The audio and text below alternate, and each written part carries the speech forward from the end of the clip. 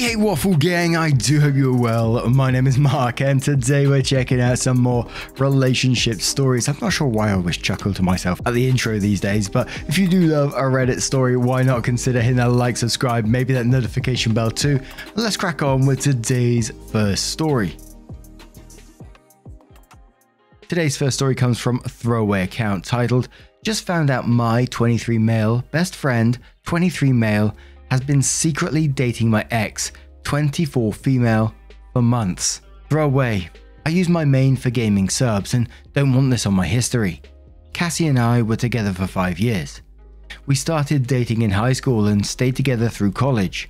Moved in together after graduation. I've been in love with her since before our first date. She's amazing. I still think so. We were talking about marriage and starting a family soon. Then one day, a few months ago, Cassie wanted to talk. Sat me down and said she decided she doesn't want kids. She didn't just mean not now, but not ever. She talked a lot about overpopulation or climate change or whatever, but I was just immediately depressed. I've always wanted to be a dad. My dad was a piece of shit, and this is something I've wanted to do ever since I was a kid myself. When she finished talking, I told her it was over. She started crying and I was already crying, but fuck. If she doesn't want the same thing I do from the future, what else can I do? She said she's been thinking this way for years and Corona was the last straw. I'm not going to wait around and hope she changes her mind when she might not. So I moved out and moved in with my best friend, Ryan. We've been best friends forever, like we bonded over Pokemon cards at the playground kind of thing. He's basically my brother, and his mum was my extra mum since I didn't have much at home growing up. I was in a hurry to move out, so I didn't take much stuff with me. And then I didn't want to go back to the apartment and see Cassie. So Ryan was doing the good friend thing and going over to get stuff for me whenever I needed it. At least that's what I thought he was doing. Yesterday would have been me and Cassie's 6th anniversary, and it was really rough for me. So I told Ryan I didn't want to be alone and wanted to hang out and game all day with him. He agreed and everything, but he was kind of distracted on his phone a lot. And after a couple hours, he said something came up and just left me there alone. Shit got dark. I'm not ashamed to say I cried. There were reasons I didn't want to be alone that day.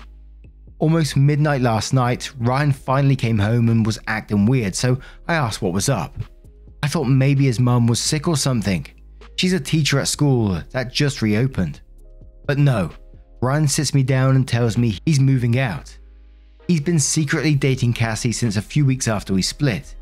He says they're in love already and that she needs him more than I do. So he's moving into the apartment with her and leaving me here alone to rot. I don't even know how the fuck to process this. I don't know which one of them has broken me more. To make things worse, I messaged some of our other friends this morning to tell them what's up and they already knew. When I got upset, they all said it was no big deal because I'm the one who broke up with Cassie. Where do I even go from here?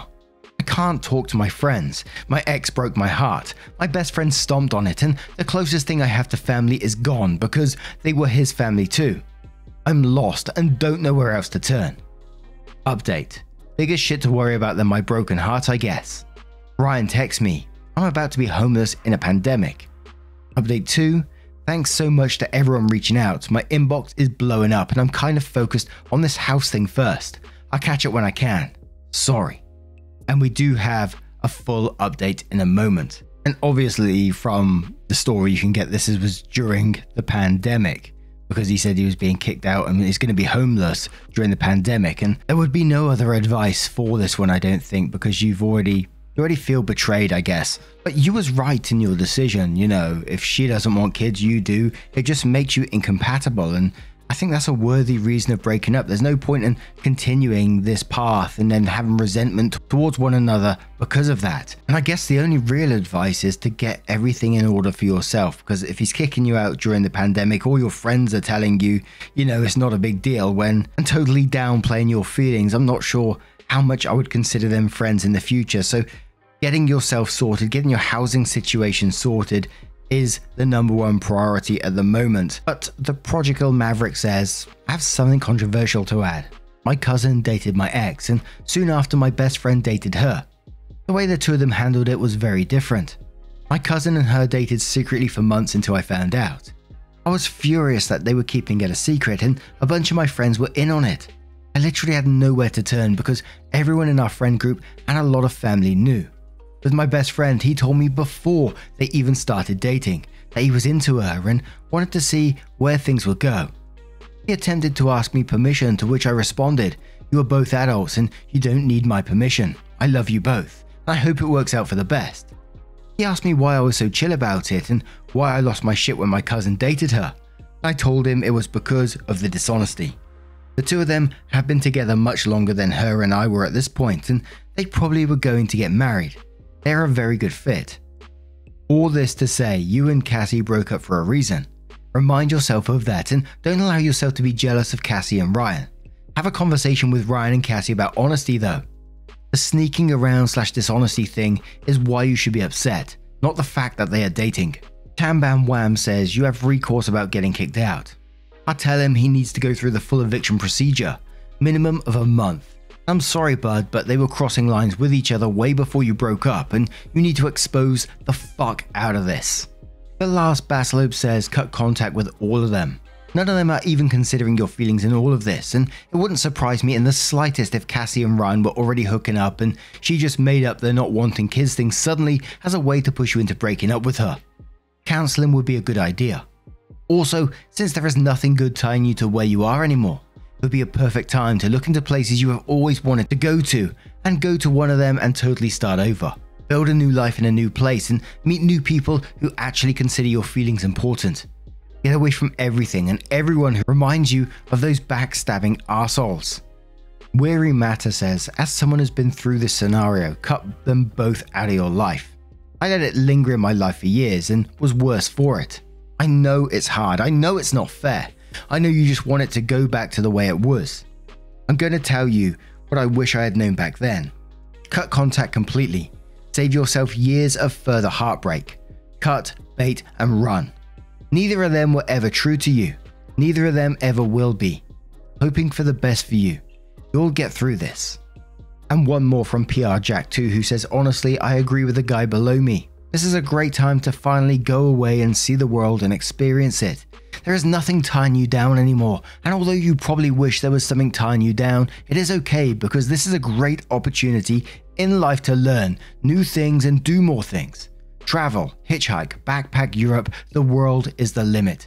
This is what I would do, but just get out of the house and go live life. The past is behind you and the future is just beginning. I really hope you come back to this account one day and tell us how you are doing, or if you decide to take my advice and tell us what you have seen. You are you, and no one can take that away from you. So then OP did come in to update the post, which says, I kinda debated if I'll post an update on this or not.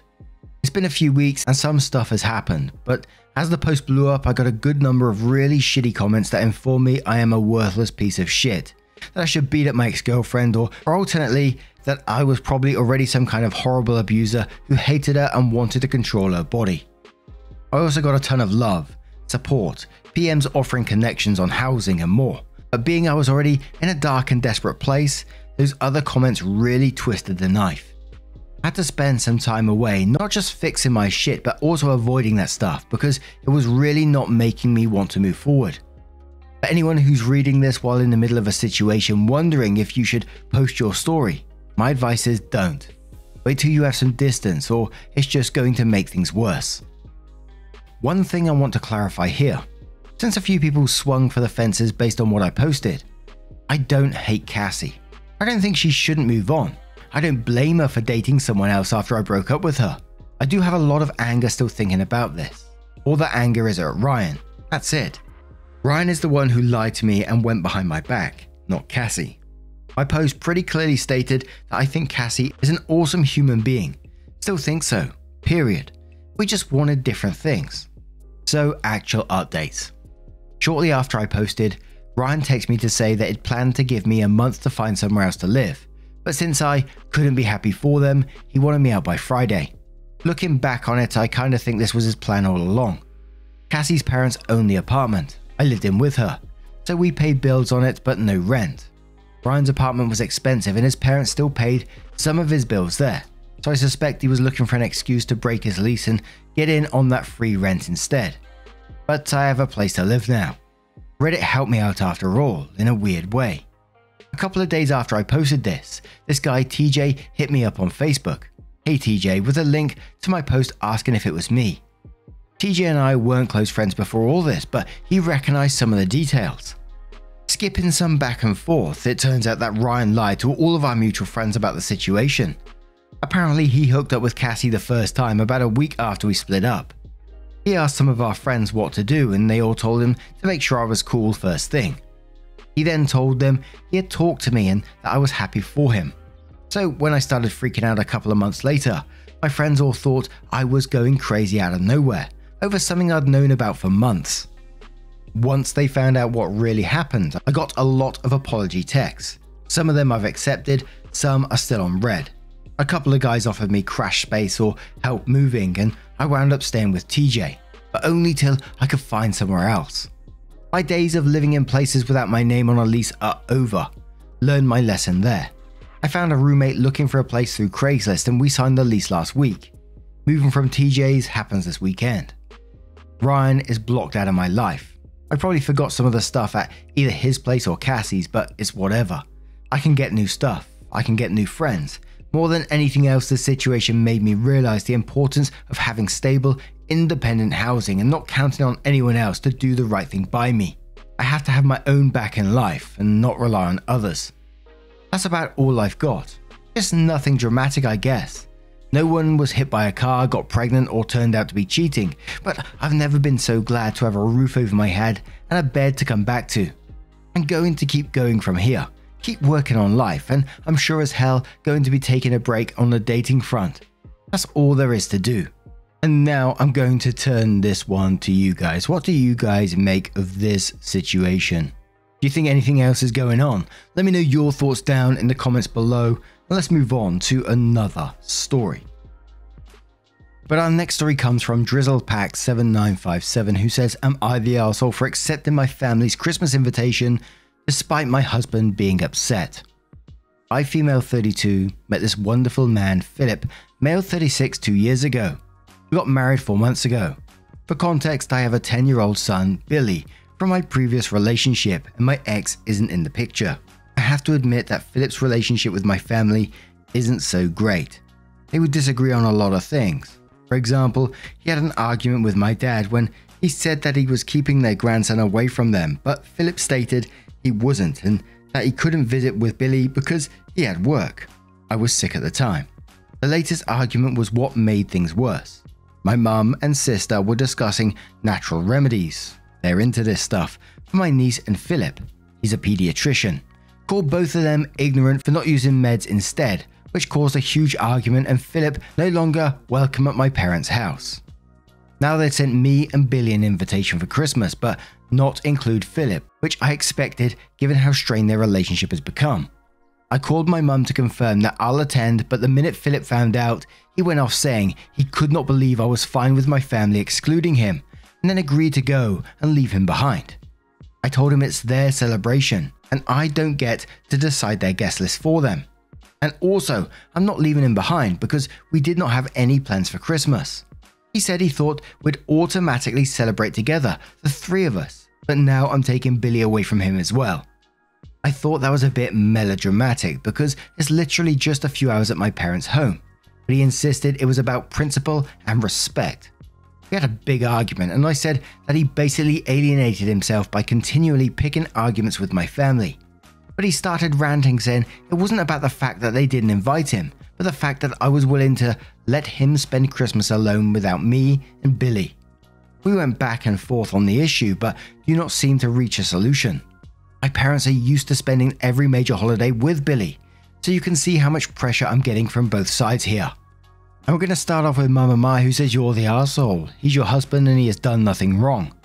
1, your dad picked the fight because he had to work and you didn't defend him. 2, you're encouraging your mum to be an idiot and not be knowledgeable on medications and wanting to do natural healing. And when your husband, as a medical professional, stated the facts, you let them be terrible to him. You think it's okay to leave your husband alone on Christmas because they are being horrible to him. I'd be upset you are not doing anything to defend him when he has done nothing wrong. You taking their side in doing so shows you don't care for your husband. Keep this up and he will leave.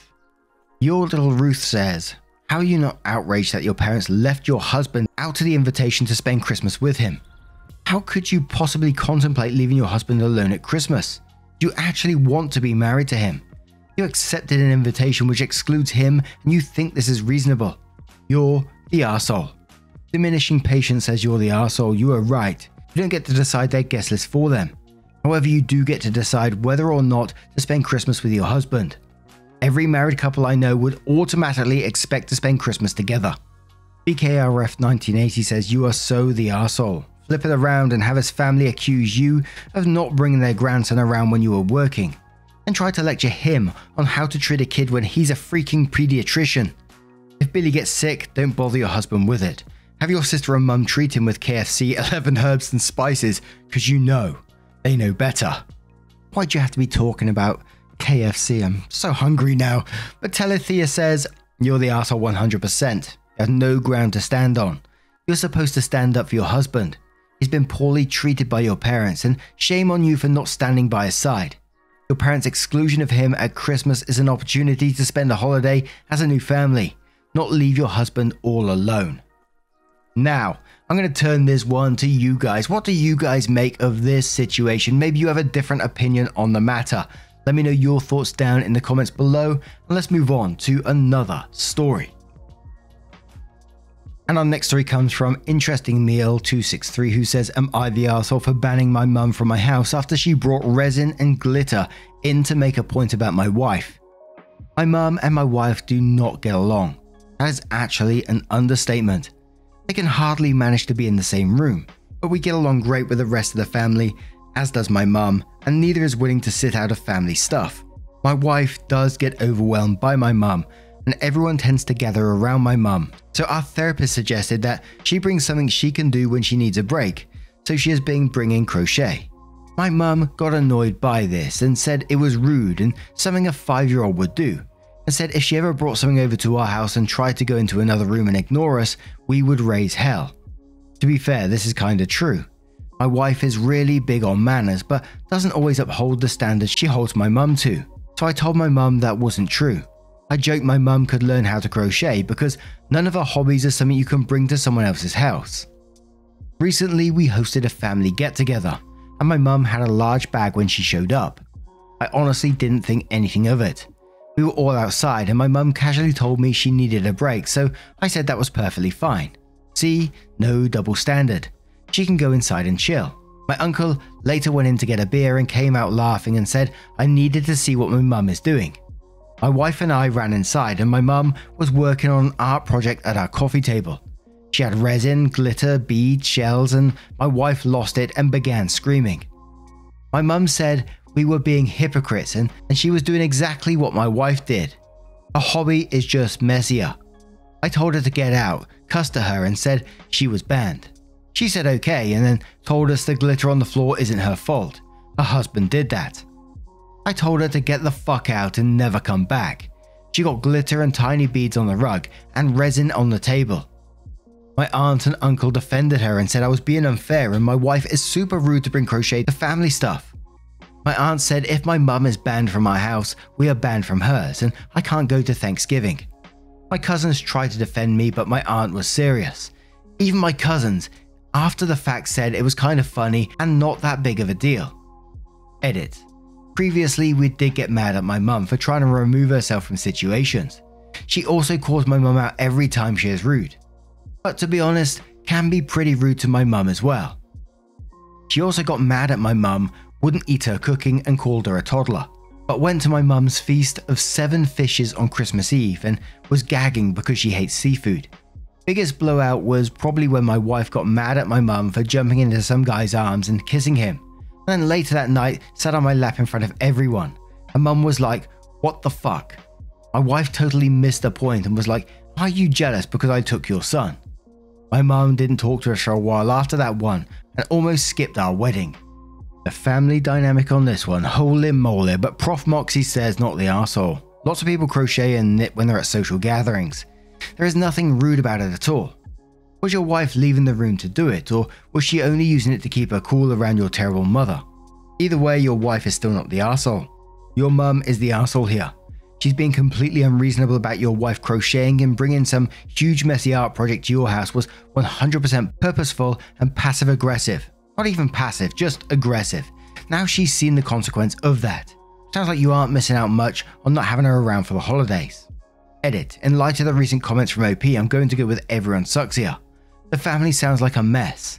Separate holiday festivities would be healthy for everyone. Which that comment got me thinking, what are the comments? So I went into OP's comment history, which said, and quoted, unless your mum is normally an avid maker of messes. And then OP continued, she is, but it's usually her own house. She's always getting paint and mud everywhere, refuses to clean it, but I've never cared as it was her house. I do think she is smart enough to know she is doing it in someone else's house. It's full out declaring war.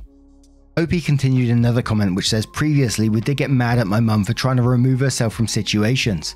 My mum is more introverted and my wife felt if she was going to come, she needed to socialize the whole time. She also calls my mum out every time she is rude, but to be honest, can be pretty rude to my mum as well. She also got mad my mum wouldn't eat her cooking and called her a toddler. But when she went to my mum's feast of 7 fishes on Christmas Eve and was gagging because she ate seafood. Biggest blowout was probably when my wife got mad at my mum for jumping into some guy's arms and kissing him, and then later that night sat on my lap in front of everyone, and my mum was like, what the fuck? My wife totally missed the point and was like, are you jealous because I took your son? My mum didn't talk to us for a while after that and almost skipped out on my wedding. After multiple family members confronted me about the double standard, I did set some boundaries with my wife. OP continued in another comment which says, my wife's anxiety isn't really related to my mum. It is postpartum anxiety and some other stuff. She even admitted it makes her irrationally angry to see how everyone likes my mum and wants to sit next to her. She doesn't want to just not see my family, as she likes a lot of them. Also, to be fair, my mum previously had some anxiety during visits and we really weren't nice to her about it, just told her to suck it up. One more comment from OP which says, my mum was cold in the beginning as she doesn't like change and is very slow to warm up to people. My wife took that badly. Then my mum met my mother-in-law and they really got into it and some nasty things were said on both sides. My mother-in-law kept implying my mum must be jealous that someone was stealing her son, and my mum said some nasty things.